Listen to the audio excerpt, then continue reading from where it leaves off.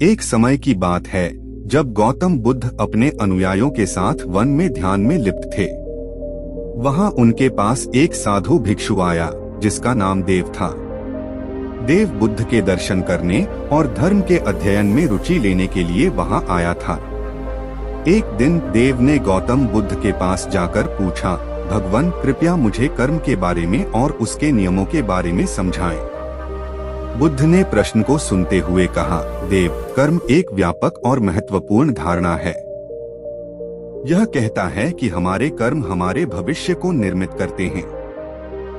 बुद्ध आगे बढ़ते हुए बताते हैं, देव, हर कर्म का फल अवश्यंभावी रूप से हमारे पास लौटता है।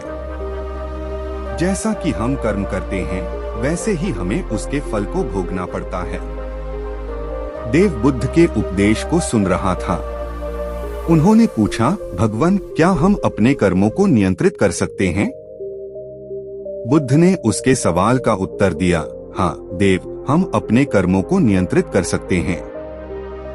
कर्म तो हमारे मन, वचन और कर्मों में संग्रहित होता है।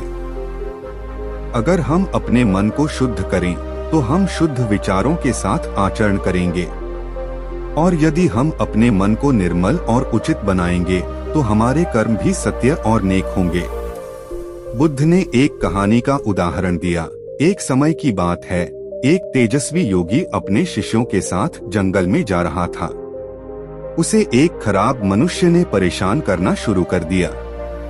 वह खराब मनुष्य उसे आक्रमण करने की कोशिश कर रहा था, लेकिन योगी शांत और निर्मल मन के साथ बने रहते थे।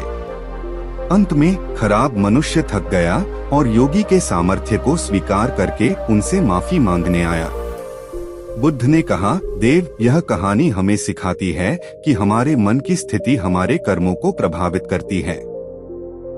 यदि हम शांति और उदारता के साथ अपने कर्मों को करेंगे तो हम पूर्णता की ओर बढ़ेंगे। इस प्रकार देव ने गौतम बुद्ध से कर्म के नियमों के बारे में समझा। उन्होंने समझाया कि बुरे कर्म से दुख होता है और अच्छे कर्म से सुख मिलता है। देव बुद्ध के उपदेश से प्रभावित हुआ और धर्म के मार्ग पर चलने का संकल्प लिया।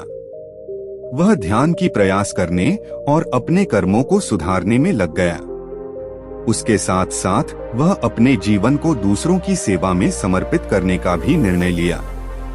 इस तरह गौतम बुद्ध ने देव को कर्म के नियमों के बारे में सिखाया और उसे धर्म के मार्ग पर चलने की प्रेरणा दी। देव ने यह जान लिया कि हमारे कर्म हमारे जीवन को प्रभावित करते हैं और उचित कर्मों का अभ्यास करके हम सत्य और सुख का अनुभव कर सकते हैं।